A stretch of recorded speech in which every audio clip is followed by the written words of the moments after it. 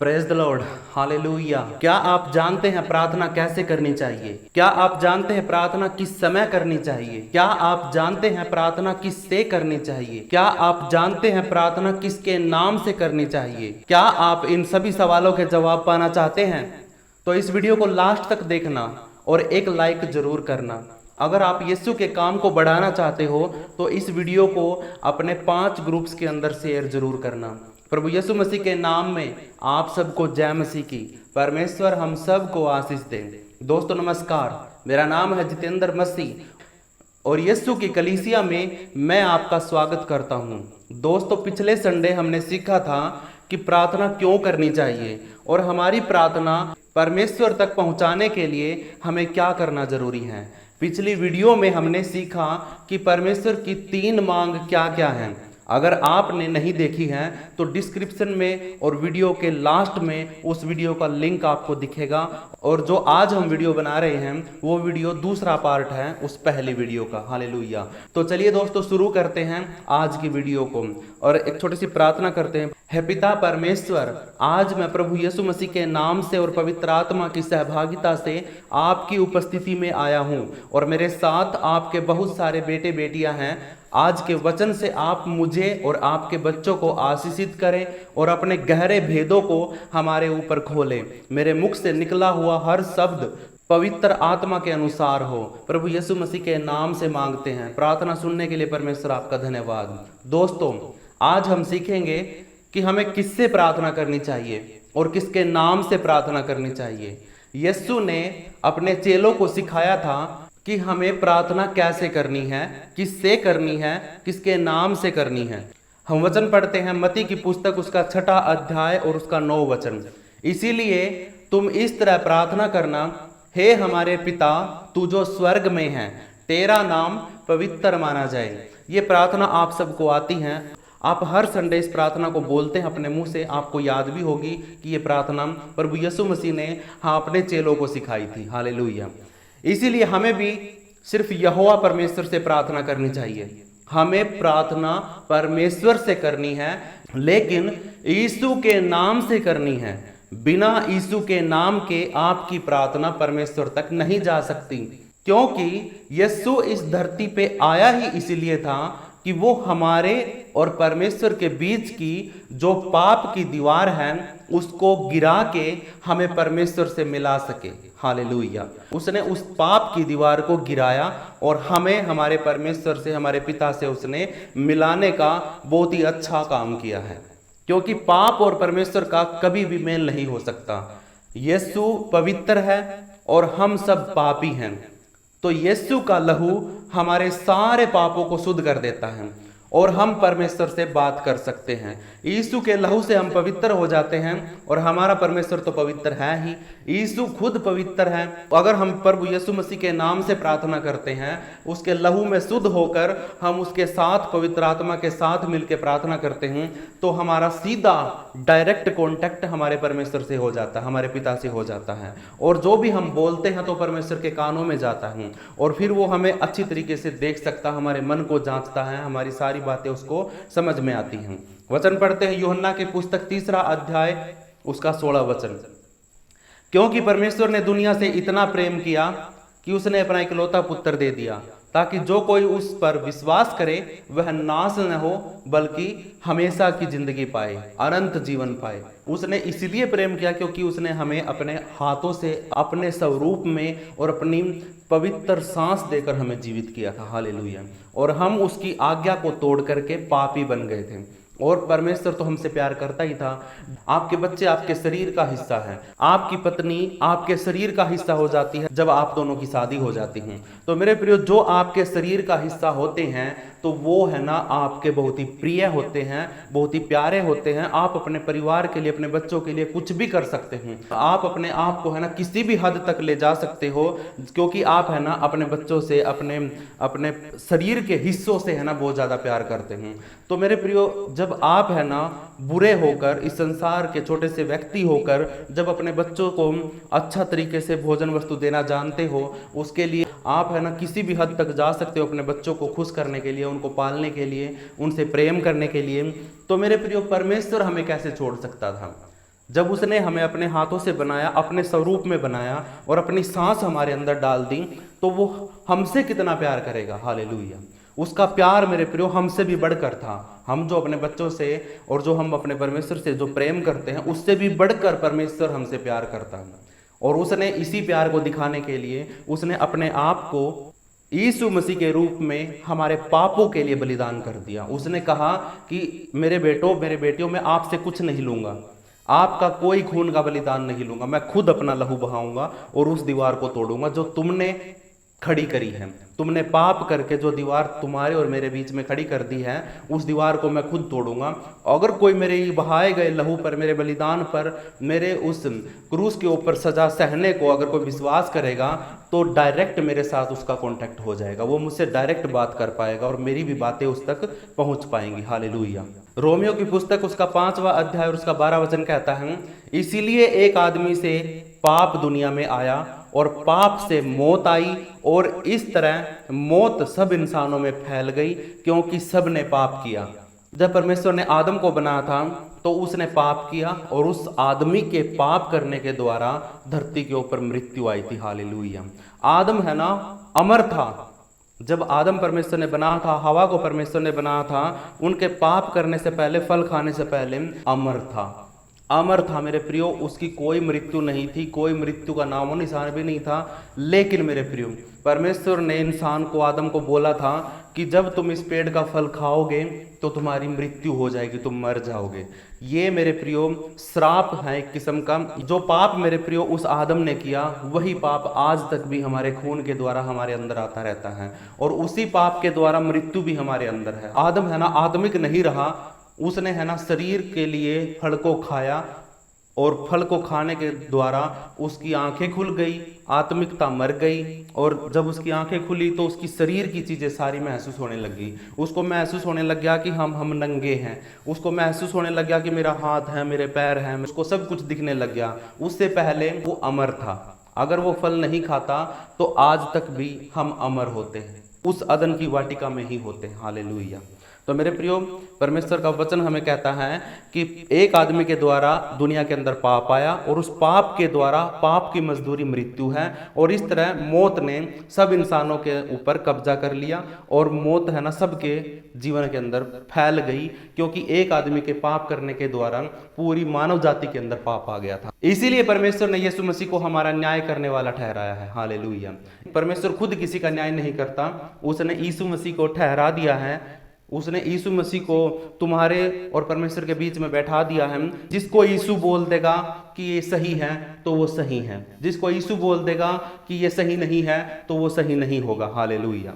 यूहन्ना की पुस्तक 5वां अध्याय 22 वचन में लिखा है, पिता खुद किसी का न्याय नहीं करता, बल्कि उसने न्याय करने की सारी जिम्मेवारी बेटे को यानी कि यीशु मसीह को सौंप दी है। हालेलुया। सारा अधिकार न्याय करने का यीशु मसीह के पास है। यूहन्ना की पुस्तक 14 अध्याय उसका 6 वचन में लिखा है, यीशु ने उससे कहा, मार्ग और सच्चाई और जीवन मैं ही हूँ, बिना मेरे द्वारा कोई पिता परमेश्वर के पास नहीं जा सकता। हालेलुया।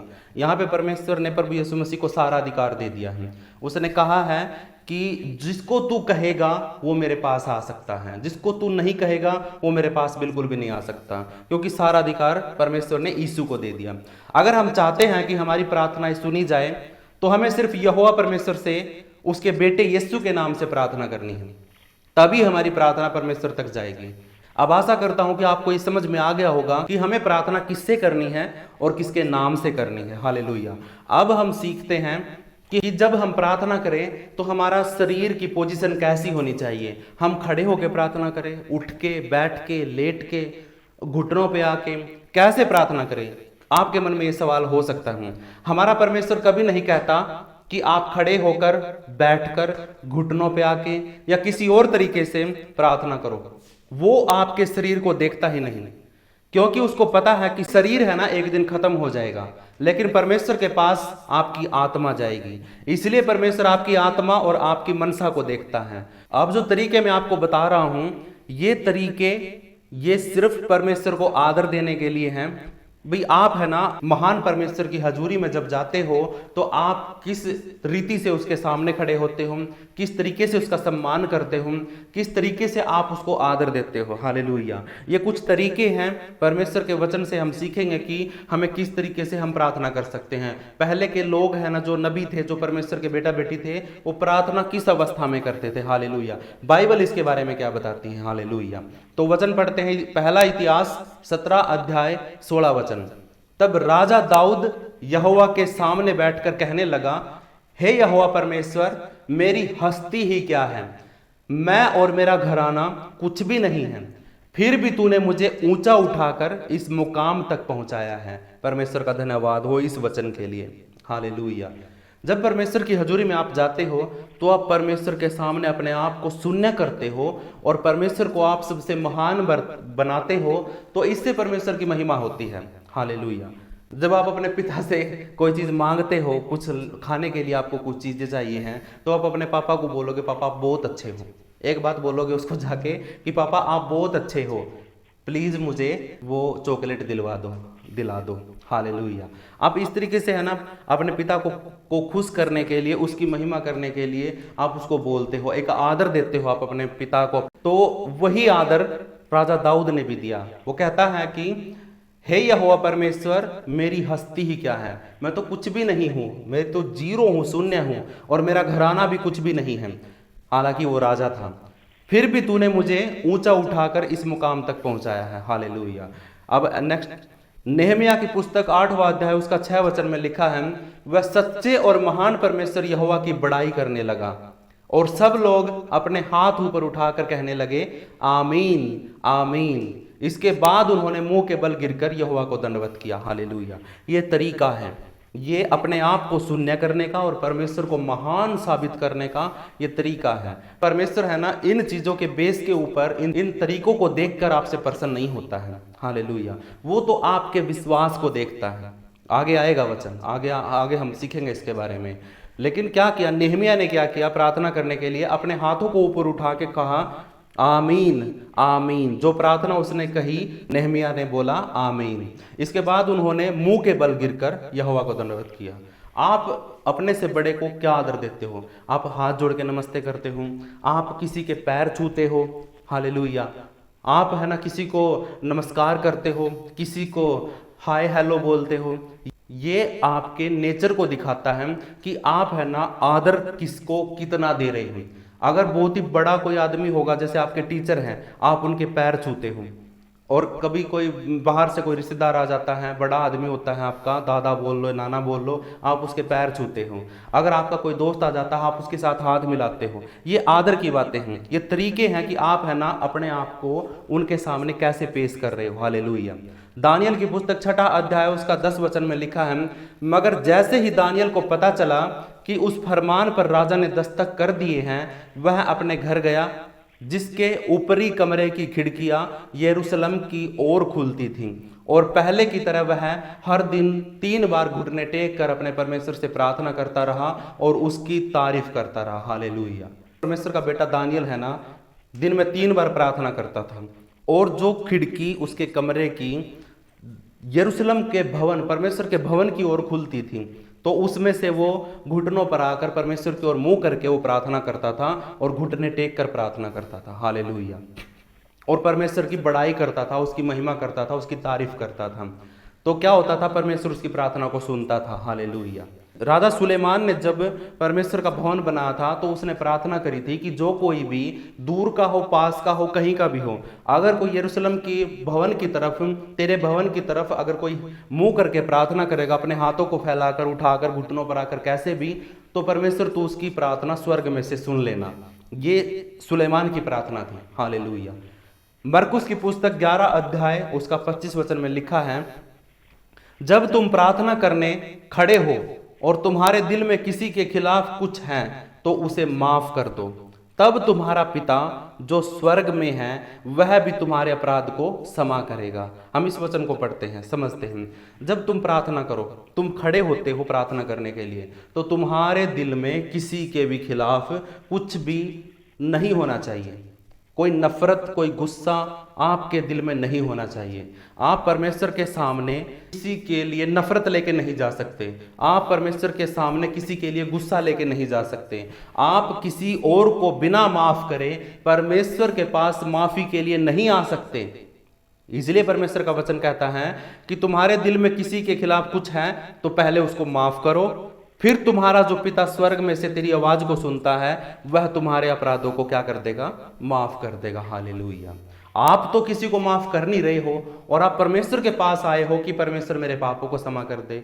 हमें पहले अपने शत्रुओं को माफ करना है। आपकी अनबन हो गई है अपने आपके बच्चों के साथ, आपकी पत्नी के साथ, आपके दोस्त के साथ, आपके बिजनेस एम्प्लॉय के साथ या फिर आपके बॉस के साथ, अगर आपकी कहासुनी हो गई है और आपको उसने दुख पहुंचाया है और आप परमेश्वर से प्रार्थना करने के लिए आए हो, तो आपने अगर है ना उनको माफ नहीं किया है तो आपकी प्रार्थना नहीं सुनी जाएगी। परमेश्वर का वचन है। हालेलुया। वो तब तक तुम्हें माफ नहीं करेगा जब तक तुम अपने सताने वालों को माफ नहीं करोगे। हालेलुया। परमेश्वर हमारी भावनाओं को देखता है, वो इच्छाओं को देखता है। आपके शरीर और बुद्धि से की गई प्रार्थना को वो सुनता ही नहीं है, उस तक पहुंचती ही नहीं है। हालेलुया। जब आप अपनी बुद्धि का सहारा लेते हो, अपने बनावटी शब्दों का सहारा लेते हो।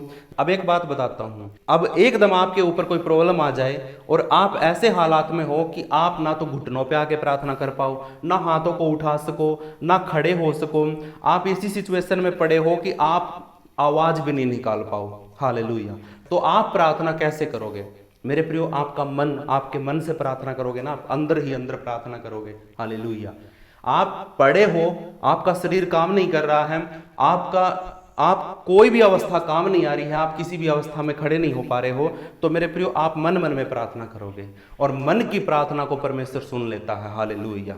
आप जब भी मन में प्रार्थना करते हो तो परमेश्वर आपकी तब भी सुन लेता है। आप घुटनों पे आके प्रार्थना करते हो तो भी परमेश्वर आपकी सुन लेता है। अगर आप है ना खड़े होके हाथ उठा के प्रार्थना कर रहे हो तो भी परमेश्वर आपकी सुन लेगा। आप कुछ भी नहीं कर रहे हो, चुपचाप खड़े हो और अपने मन मन में प्रार्थना कर रहे हो तो भी परमेश्वर आपकी सुन लेगा। हालेलुया। ये अलग अलग सिचुएशन के हिसाब से आप जिस सिचुएशन में हो आप उस तरीके से प्रार्थना कर सकते हैं, लेकिन मेरे प्रियो मायने ये रखता है कि आपका मन क्या है प्रार्थना करने का, आपकी मनसा क्या है, आपकी इच्छा क्या है, आप परमेश्वर से क्या चाहते हैं। आप दूसरों के लिए प्रार्थना कर रहे हो या फिर सिर्फ अपना ही लालच आपको दिख रहा है। हालेलुया।